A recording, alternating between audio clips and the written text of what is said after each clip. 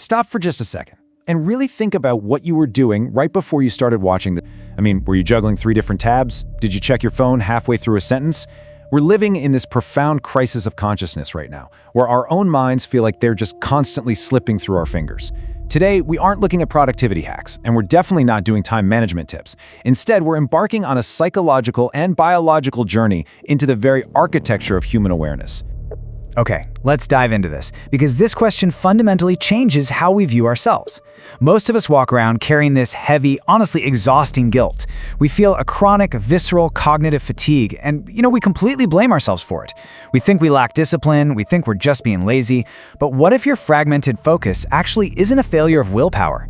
What if, instead, it's just the result of an ancient brain desperately trying to adapt to a radically, almost aggressively different world? Part 1. The crisis of consciousness. Attention in the modern age. For way too long, we've kind of viewed attention like a flashlight that we can just aim wherever we want. But the science reveals a much more fragile reality.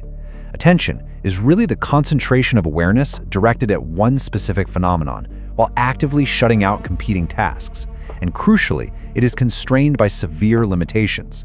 To let one tiny piece of reality in, you literally have to violently shut out the rest of the universe. The reality of this limitation is, frankly, extreme. We call it the attentional bottleneck. Right now, at this exact millisecond, your eyes are taking in massive amounts of visual data, yet your brain is only capable of processing less than 1% of that visual input. To put that into perspective, that's roughly equivalent to 1 megabyte per second. Everything else, it's just discarded. Your entire conscious reality is stitched together from less than 1% of what is actually happening around you. Section 2. The biological bottleneck. The brain's limits. So how exactly does the brain cope with this massive daily flood of data? Well, we have to meet the tragic protagonist of our story, the prefrontal cortex. This anterior-most region of the brain is essentially what makes us uniquely human.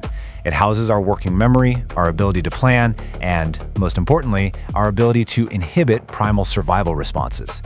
When you force yourself to read a really difficult book instead of looking at a bright flashing screen, your prefrontal cortex is the hero fighting that battle. But the poor thing is constantly overwhelmed by the sheer cognitive load of our environment.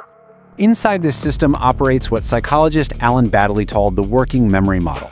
On one side, we have the central executive. Think of it as a highly vulnerable manager inside your mind, desperately directing traffic, trying to prioritize what enters your working memory and what gets ignored. On the other side is the episodic buffer. That's your internal storyteller, the one stitching together sounds, sights, and feelings into a cohesive memory. But the manager, the central executive, is the one making the call on what actually makes it to the storyteller. Here's the absolutely crucial point. Our cognitive workspace is incredibly small. The central executive can really only juggle a handful of items at any given moment. So when it's forced to process too many competing stimuli, it simply cannot cope. It begins to just drop information. When this manager is overloaded, our conscious experience literally begins to fragment. We lose our train of thought, we walk into rooms and entirely forget why we're there, and we feel totally cognitively paralyzed.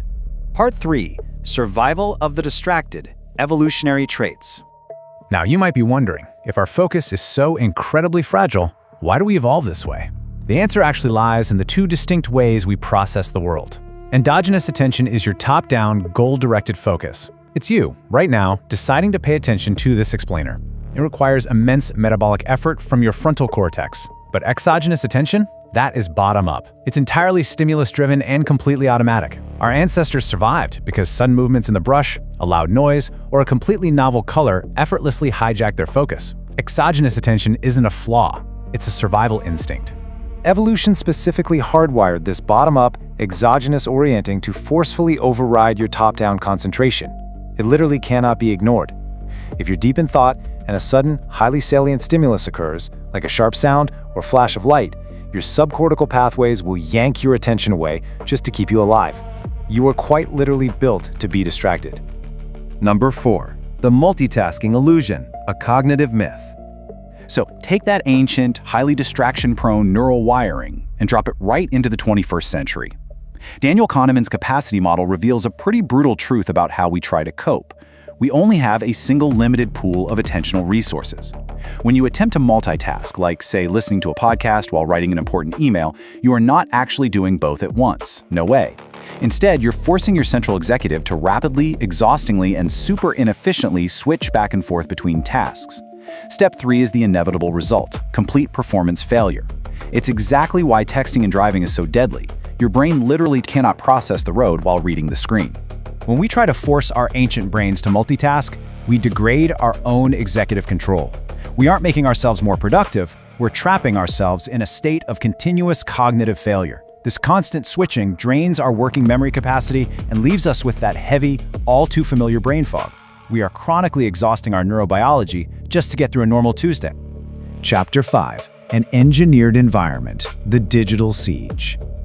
Now, what's really interesting about this idea is that we aren't just accidentally stumbling into distractions. We have to start looking at the modern digital world as a deliberate siege on our biology.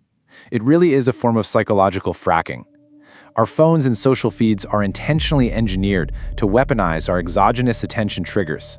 They're drilling deep into your subcortical pathways, extracting your conscious awareness for profit, simply by mimicking the sudden, novel stimuli that evolution taught you never, ever to ignore. This whole dynamic is perfectly explained by Nili Lavi's perceptual load theory. When we're doing something that doesn't completely max out our perceptual processing, like reading a pretty simple email, we have leftover attentional resources. These resources basically spill over, actively looking around for something else to process. Modern apps know this. They fill the periphery with bright colors, moving badges, and infinite scrolls. They exploit your spillover resources, pumping the environment full of novel stimuli that your brain is biologically incapable of ignoring. 6. The final reflection: looking forward. So we need to pull all the pieces of this hijacked mind together. The central takeaway of this explainer is really this: your modern condition, your fatigue, your inability to just sit and read a book without checking your phone, it is not a moral failing. It is not a failure of willpower. It's a profound biological mismatch. You are operating with a fragile, highly limited working memory, governed by an ancient survival system, and you are living inside an exploitative media economy that is custom designed to fracture that system. Which leaves us with this final, haunting reflection. As we move forward into an increasingly digital future, we really have to ask ourselves, are our minds fundamentally broken? Have we truly lost our ability to focus? Or has the modern world just become an apex predator, perfectly evolved to capture the very attention our ancestors needed to survive?